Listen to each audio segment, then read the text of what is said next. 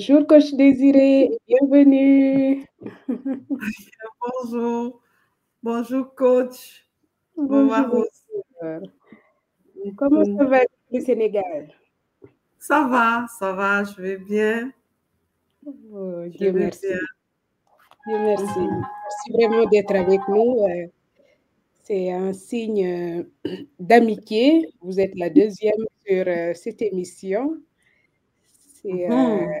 Je tiens à dire à tous qui nous suivent, à ceux qui vont nous écouter, que vous avez une très belle personne devant vous, qui est pour moi une grande sœur, une amie, une maman, une personne généreuse. Et nous nous rendrons bien compte pendant les quelques minutes où nous sommes appelés à être ensemble. Bienvenue donc dans cette émission qui est un espace pour moi, espace offert aux proches, aux internautes, à tous qui peuvent te voir un jour, t'entendre, à ceux qui le font à l'instant. Espace pour partager une dimension de la foi, une dimension de la spiritualité, mais aussi le lien qu'on peut entretenir avec cet art de vivre qu'est la programmation neurolinguistique qu'on appelle la PNL. Donc, c'est vraiment un espace ouvert et je suis contente de t'y recevoir. Merci coach. Merci coach, Maman Rose. Génial. Du coup, on ne va pas traîner. Sans plus tarder, je t'invite à te présenter. Je sais que tu le feras beaucoup mieux que je ne le ferai. Ok. En tout cas, comme on dit, c'est parfois difficile de parler de soi. En effet. Et donc, je vais me présenter comme j'aimerais qu'on me connaisse. Wow. Moi, c'est Désiré Wante. Je suis née Loa. Et donc, je suis enseignante de profession. Et aujourd'hui, je suis dans la formation des adultes. On parle de l'andragogie. Et donc, je suis maman, je suis épouse et je suis coach certifié PNL parce que je rencontre la PNL il y a 4 ans.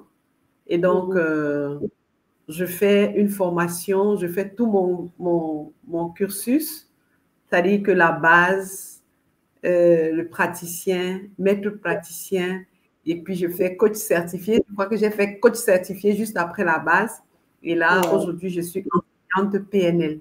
Donc, voilà, la formation, j'ai ça dans les tripes et donc, j'aime accompagner, j'aime former et c'est ce que je fais depuis que j'ai, parce que je suis sortie de l'école normale sup, j'avais quel âge?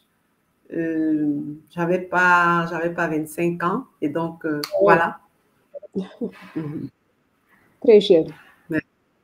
Merci. Merci beaucoup vraiment pour ce beau parcours que vous venez de nous décrire, un parcours de PNL avec toutes les étapes dont vous avez parlé, depuis la base jusqu'à maître praticienne, le summum, mais aussi un parcours de coaching, de formateur, particulièrement en andragogie, la formation des adultes. Donc, vous êtes pédagogue dans l'âme et c'est sûr qu'on s'en aperçoit. Merci ma sœur. Ouais. Coach, quelle est votre foi? En qui croyez-vous? En quoi croyez-vous? Quelle est aussi la dimension de votre foi qui meut votre vie? Ok. Alors, ça dit que quand on me demande quelle est votre foi, en quoi vous croyez, ce qui me vient à l'esprit, c'est vraiment la profession de foi que j'ai depuis ma plus petite enfance. J'ai juste envie de dire, je crois en Dieu, le Père Tout-Puissant, je crois en Jésus-Christ, son Fils unique, qui est notre Seigneur, qui a été conçu du Saint-Esprit, qui est né de la Vierge Marie, et qui a souffert, qui est mort pour nos péchés, pour que nous ayons la vie et la vie en abondance. Ça, c'est ce en quoi je crois. Donc, je crois en Dieu. Voilà.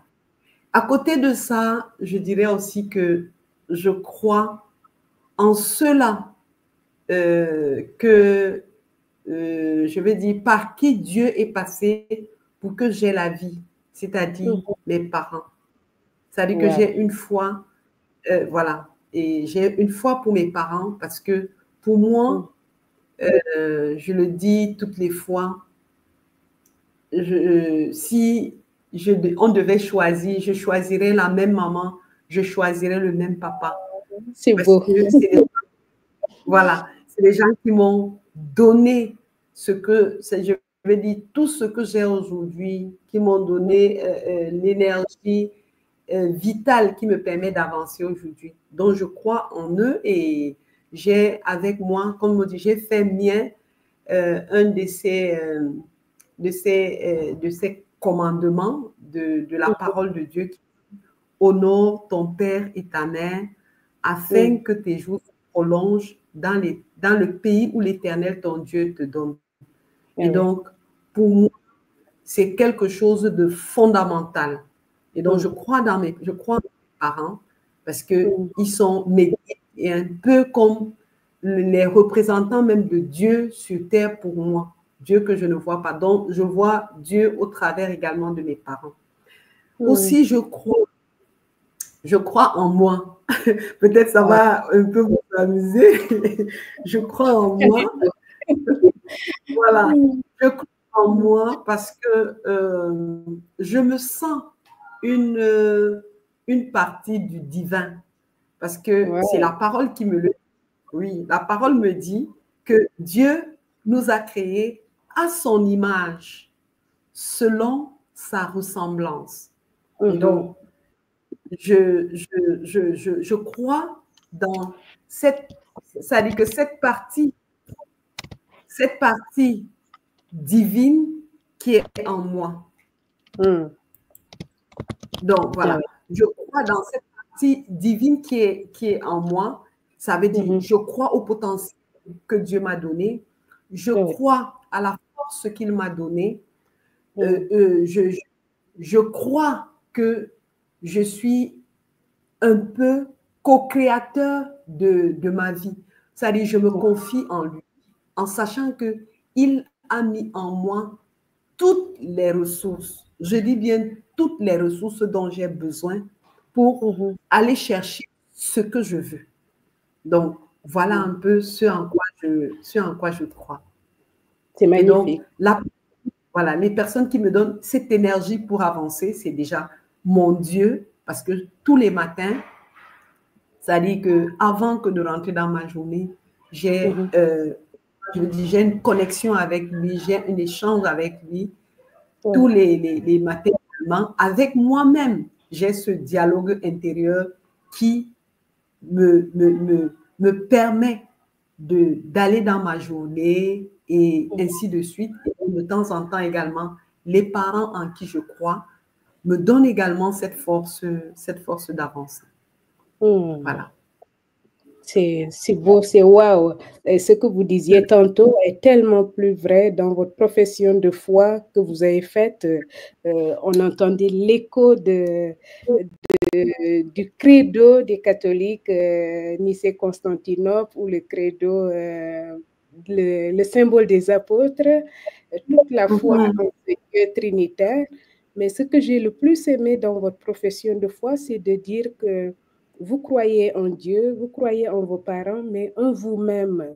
Parce que là, vous rejoignez parfaitement le psaume 6 plutôt, qui dit « Vous êtes des dieux ». Cela ne veut pas dire que nous sommes Dieu en soi, mais que nous avons l'image de Dieu en nous et que nous sommes créés à la ressemblance de Dieu, comme nous le dit le livre de la Genèse.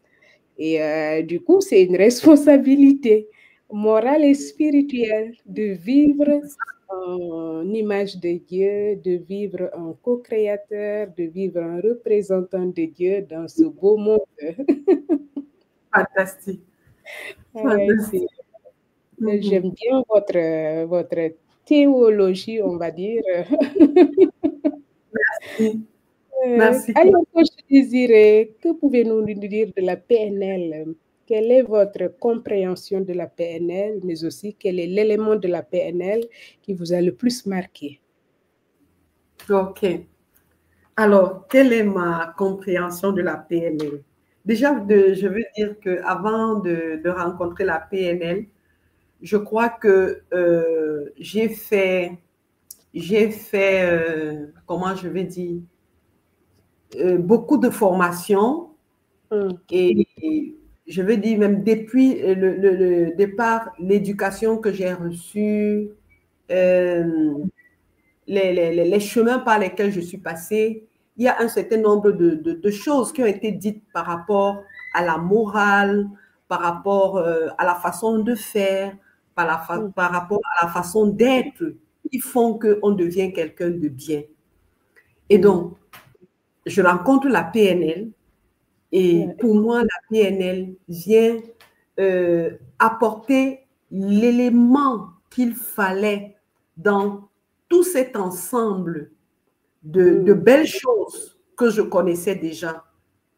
De belles choses que je connaissais déjà. Et donc, je vais commencer par expliquer juste de façon simple, vraiment terre à terre, pour que la personne lambda puisse comprendre. Parce qu'il y a, la philosophie de la PNL, il y a tous les inventeurs. Donc, lorsque j'entends PNL, c'est programmation neuro-linguistique. Et donc, la programmation neuro-linguistique, vous voyez, pré-programmation, neuro et puis linguistique. La vérité, c'est que nous sommes tous programmés. C'est-à-dire qu'en tant qu'être humain, nous sommes tous programmés. Il y en a qui sont programmés depuis le sein de leur maman.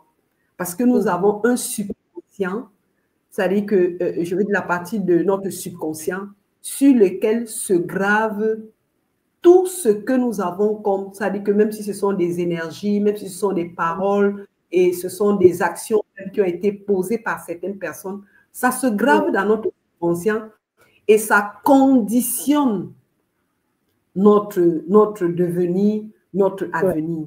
Et la programmation neurolinguistique me permet aujourd'hui de comprendre que si je suis programmée, si nous sommes tous programmés, la vérité c'est que si dans cette programmation, il n'y a pas des choses qui m'aident véritablement à avancer, à être meilleur, il faut les programmer pour reprogrammer autre chose.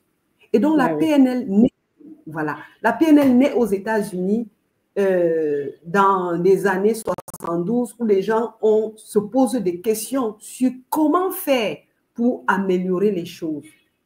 Comment faire pour améliorer les choses. Et donc, après avoir observé des personnes qui réussissent et d'autres qui parfois ne réussissent pas, il y a eu l'idée de modéliser les personnes qui réussissent, de reprogrammer les choses de façon à avoir des résultats.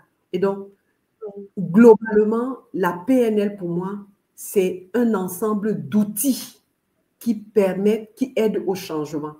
C'est un levier fondamental aujourd'hui que nous devons avoir pour mettre les mots sur des choses. Et ça, je vois la beauté de la PNL parce que nous avions un certain nombre de connaissances. Cependant, avec la PNL, il y a des mots qui sont mis.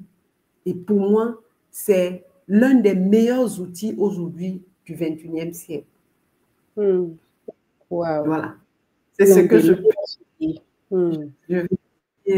de la PNL. Sans oublier qu'il y a des fondateurs de la PNL, John Grindler, c'est Bandler, pardon, et Grindler, qui sont des pères de la PNL.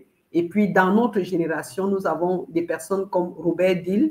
Il s'agit de lire à propos de ces personnes-là qui ont, comment je veux dire, qui sont les pères de la PNL.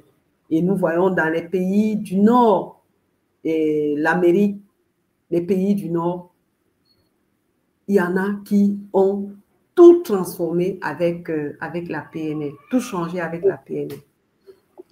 Donc, ce que j'entends, c'est que la PNL est un outil, un levier de transformation Et dans la mesure où il nous permet de nous hisser au-dessus de tout ce qui a été programmé et qui n'est pas aidant pour nous depuis le sein maternel jusqu'à l'âge où nous sommes, et nous dit quelque part la capacité que nous avons à déprogrammer tout cela, mais pas que, à le reprogrammer aussi par des choses aidantes, par des outils, des techniques. Nous sommes capables de nous refaire et d'aller sur le chemin de la transformation et de l'évolution. Fantastique, fantastique. Je rajouterais que sur lequel vous êtes appuyé, vous, personnellement. Oui. Je n'ai pas bien compris, coach. Je disais, quel est l'élément clé de la PNL sur lequel vous vous êtes accroché, vous avez dit ça, waouh, ça va m'aider, ça va être mon levier de transformation. Voilà. Donc, déjà, je voudrais ajouter quelque chose, c'est que la PNL vise l'excellence humaine. C'est-à-dire que ça, c'est fondamental. L'excellence humaine, en sachant que tout être humain, c'est-à-dire que, comme je dis, il s'agit pour nous de, comment je veux dire, d'être dans la dynamique de se construire sa propre réalité. Construire sa propre réalité. Et en PNL, on parle du constructivisme, c'est-à-dire que je construis ma réalité, je suis de façon consciente, je vais vers quelque chose de meilleur. Voilà. Donc, à la PNL, ce qui m'a particulièrement marqué en PNL, c'est la communication. La communication, pourquoi? Pour moi, la communication est au centre de quelque atteinte des objectifs que ce soit dans des organisations. C'est-à-dire que les organisations, les entreprises, les communautés, la famille, la communication est au centre. Et l'idée que j'avais à propos de la communication, c'est-à-dire que, comme je dis, j'ai désappris pour réapprendre. Parce que c'est ça le processus. Il faut parfois désapprendre pour réapprendre. On peut être rendu à un certain niveau, on se dit, voilà ce que nous savons, des convictions, jusqu'à ce qu'on comprenne qu'en fait, si on n'atteignait pas les résultats, c'est parce que nous avions cette conception de la chose de cette façon-là. Et donc, au niveau de la communication, par exemple, dans le jargon chez moi, par exemple, au Cameroun, on dit « Je ne suis pas responsable de ce que tu entends, je suis responsable de ce que je dis. » En PNL, on te dit non. En PNL, on te dit non. En PNL, on te dit le sens de la communication dépend de la réponse qui est émise. C'est-à-dire que le sens de la communication est dans la réponse qui est envoyée. Ça veut dire que c'est la réponse que je reçois après ma communication qui me permet de savoir, qui donne le sens à la communication. En réalité, lorsque je communique avec A, avec B, avec C, je dois me rassurer que ce que j'ai dit a été véritablement entendu tel quel. Je dis souvent, faites un exemple à donner une instruction à une personne qui doit donner la même instruction à une autre, qui va donner la même instruction à une autre, ainsi. À la fin de la chaîne, vous allez vous rendre compte que c'est complètement dénaturé. C'est complètement dénaturé. C'est vrai, c'est un jeu qu'on fait souvent. Moi, c'est fondamental. Aussi, en PNL, ça je l'ai appris, le non-verbal parle plus fort que le verbal. Parce que les mots, on peut les dire. Maintenant, en PNL, la communication va au-delà des mots. Véritablement au-delà des mots. Et c'est-à-dire qu'en PNL, on va considérer plus ce qui est au-delà des mots que ce qu'on écoute. C'est vrai que ce qu'on écoute est très important. Ce qui est encore plus important, c'est les non-dits.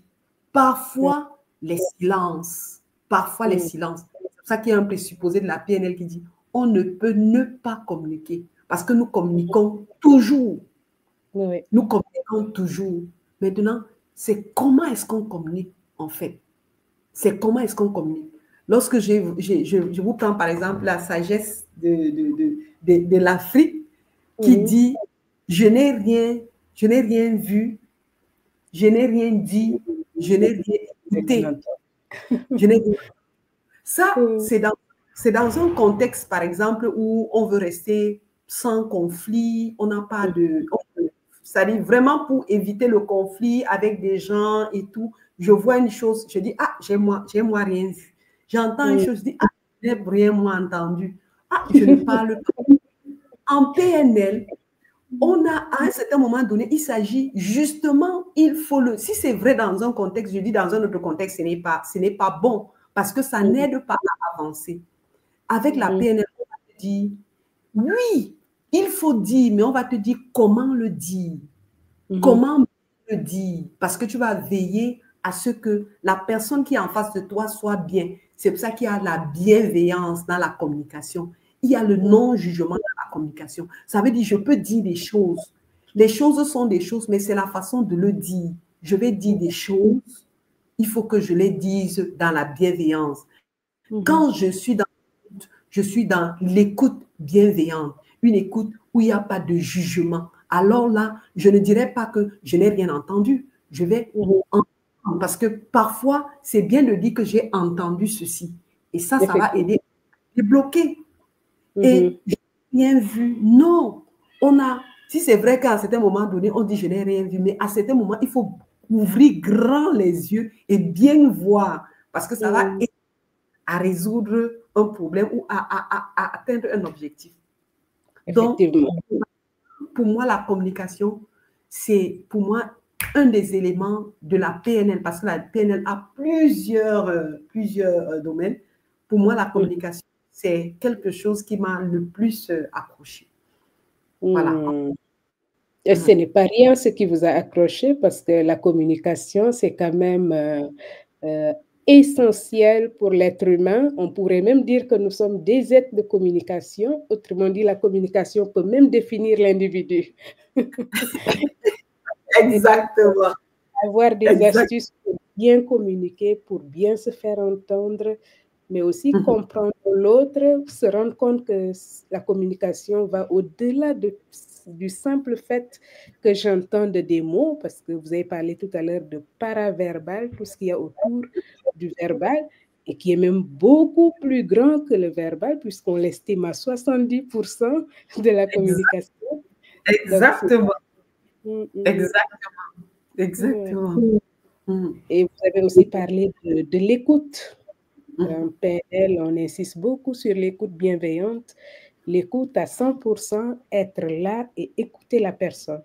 Et pas l'écouter à moitié, ce qui nous ferait perdre du coup la moitié de la communication d'autrui. Exactement. Exactement. Très bien. Fantastique. Et si vous aviez à faire un lien du coup entre la foi et la PNL, ce serait lequel? Toute cette belle profession que vous avez faite avec la dimension communication, en sachant que nous sommes dans une période de Noël où Dieu communique. Exactement. Alors, si je fais un lien, moi je dis la PNL, est-ce que ce n'est même pas l'évangile en elle-même? Est-ce que ce n'est pas l'évangile en elle-même? Parce que je suis totalement alignée en tant que chrétienne à tout ce que la PNL prône. Tout à l'heure, j'ai donné une formation en base PNL.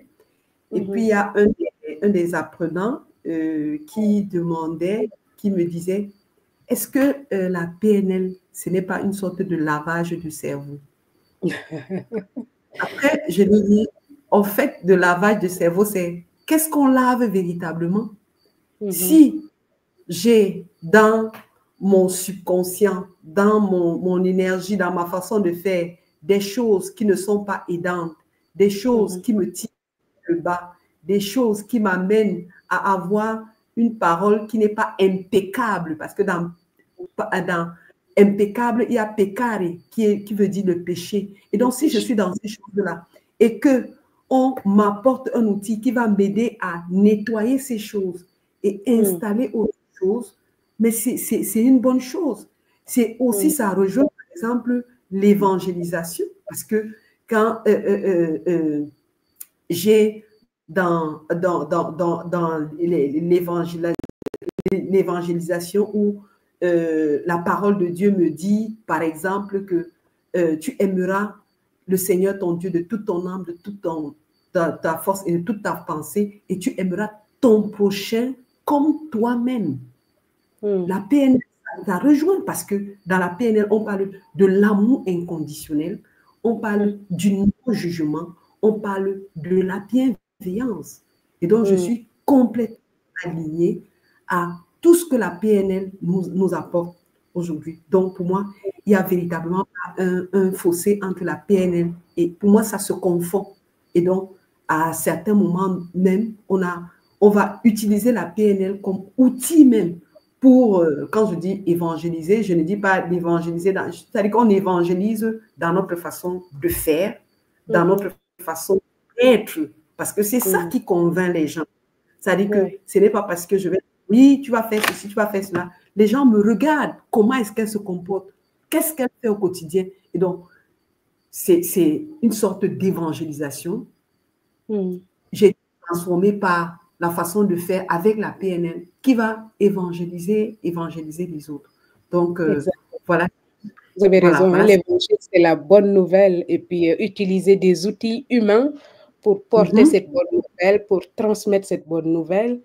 Il n'y a pas de contradiction en réalité. Il n'y a aucune contradiction, bien au contraire. Bien au contraire. Merci beaucoup, Coach Désiré. Je rappelle que vous êtes camerounaise, mais vous vivez au Sénégal, vous êtes devenue sénégalaise, vous êtes formatrice, donc les gens peuvent vous contacter. Vous êtes coach, vous pouvez accompagner. Et sur les réseaux sociaux, on peut vous joindre déjà sur Facebook. Sinon, si quelqu'un me contacte, je peux lui donner son numéro pour se faire accompagner par Coach Désiré avec ces beaux outils que nous offre la programmation neurolinguistique. Qui ne fera que nous porter vers l'avant, vers la bienveillance, vers la flexibilité, vers l'épanouissement. Fantastique. Alors, je voulais dire quelque chose. Oui, je voulais dire quelque chose. En fait, je ne vis pas au Sénégal, je vis au Cameroun. Je suis de temps en temps au Sénégal parce que mes enfants sont scolarisés ici au Sénégal. Je viens de temps en temps. Et sinon, je suis au Cameroun. D'accord? Voilà. Super. Ouais. Donc, au Cameroun, mais vient de temps en temps à Dakar. Voilà. Exactement. Exactement. Merci, coach. Je vous laisse le mot de revoir. Alors, ce que je peux dire déjà, je vous dis merci pour cet espace d'expression. C'est vrai qu'on n'a pas l'opportunité d'avoir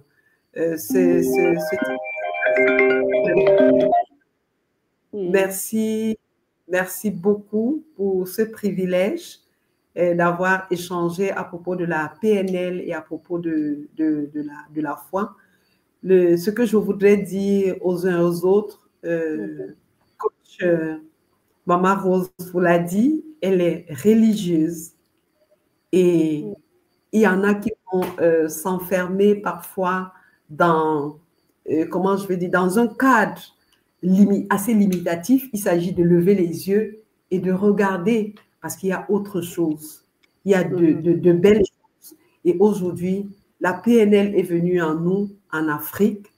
Essayons de chercher à comprendre davantage de quoi il s'agit parce que c'est un outil réel de développement.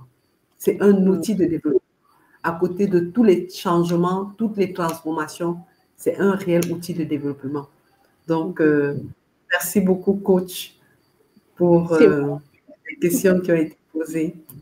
C'est moi qui te remercie vraiment pour cette ouverture. J'aime bien dire que c'est une petite ouverture en 15 minutes, 20, 30. Vraiment, il nous est difficile de parler de la PNL tant sa richesse est énorme, mais c'est intéressant de pointer quelques petits aspects comme vous l'avez fait aujourd'hui, l'aspect de la communication et de donner du goût aux personnes et de montrer à ceux qui n'ont jamais entendu parler qu'il y a un outil de développement personnel qui s'appelle PNL et qui peut rimer avec notre foi. Exactement. Fantastique. Voilà, merci beaucoup, coach. Et puis au plaisir de nous retrouver, de nous revoir au Sénégal ou ailleurs. Merci beaucoup, coach Mama Rose. Merci beaucoup. Voilà, à bientôt, au revoir. Ciao, ciao. Ciao.